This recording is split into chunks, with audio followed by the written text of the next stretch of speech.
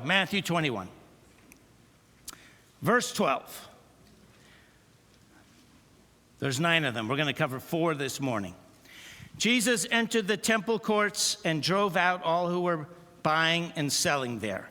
He overturned the tables of the money changers and the benches of those selling doves.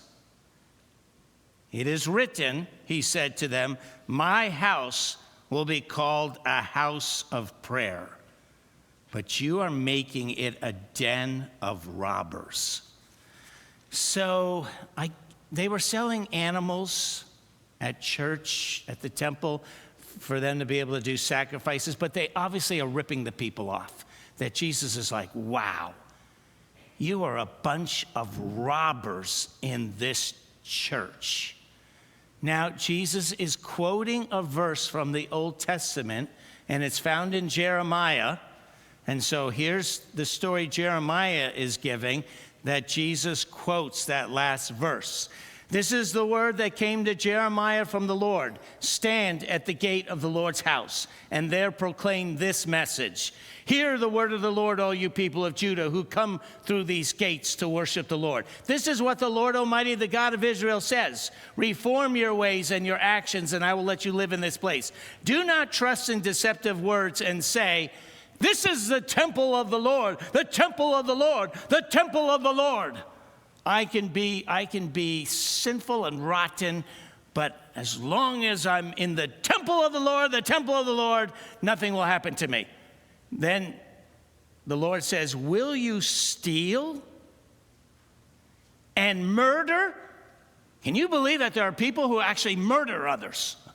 Steal and murder and commit adultery and perjury, and you burn incense to Baal and follow other gods you have not known. And then you come to stand before me in this house, which bears my name, and say, we are safe to do all these detestable things. Has this house, which bears my name, become a den of robbers to you? But I've been watching, declares the Lord. So that's the verse Jesus is quoting when the religious people in the temple were ripping the people off. He quotes this and says, you're really turning my church into a den of robbers? You're thieves?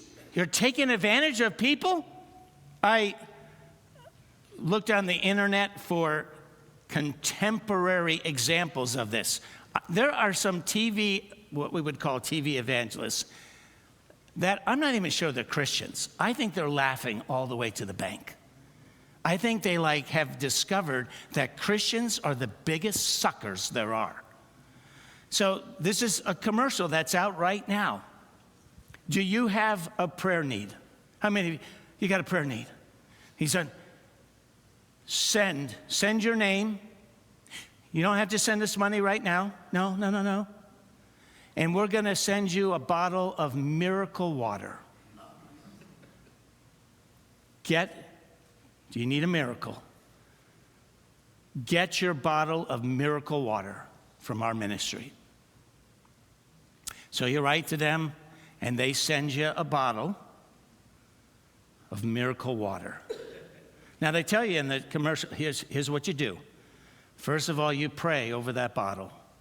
The miracle you need. Then you're to sleep with the bottle. Okay. When you wake up in the morning, drink the miracle water. It reminds me of last week's sermon in a way. Drink the miracle water. Now you know that faith without deeds is dead.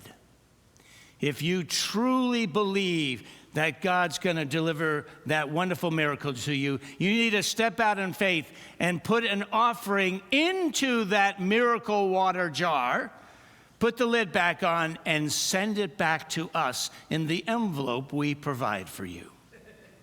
Okay? A few weeks later, they'll call you up. How's it going with that miracle? It's not going too well. Well, is it happening a little bit? Yeah, maybe a little bit. It's because you didn't put enough money in to release the full miracle. You need to send. You were holding back. You need to send at a more appropriate seed of faith to get that full miracle. Yes! I mean, I'm just like, I cannot believe. First of all, I cannot believe these people are saying this stuff. And second of all, I can't believe Christians are crazy enough to fall for this kind of stuff. But church should be a place of what? Of prayer. That's my number one thing. A place of prayer. I personally believe, and this is why I like when we open up the altars every single Sunday, is that church should always be a place that people come in. Now, I know we have prayer meetings. We got prayer meeting at Bible studies. The odd jobbers pray on Monday. Wednesday night, we got prayer on Thursday night. Saturday morning, there's prayer. Sunday, there's prayer. The Alliance Women pray on Tuesday. I mean, it's incredible. Like, there's some kind of prayer meeting taking place, I think, almost every day of the week.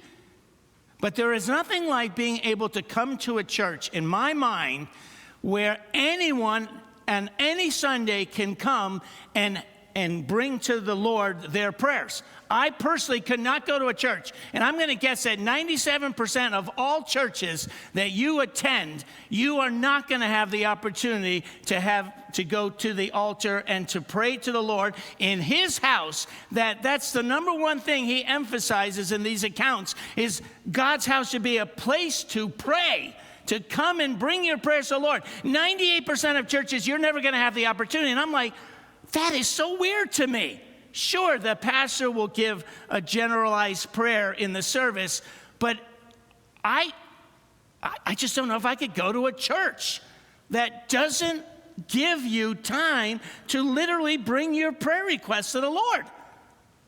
Because that's the type of church I think Jesus likes.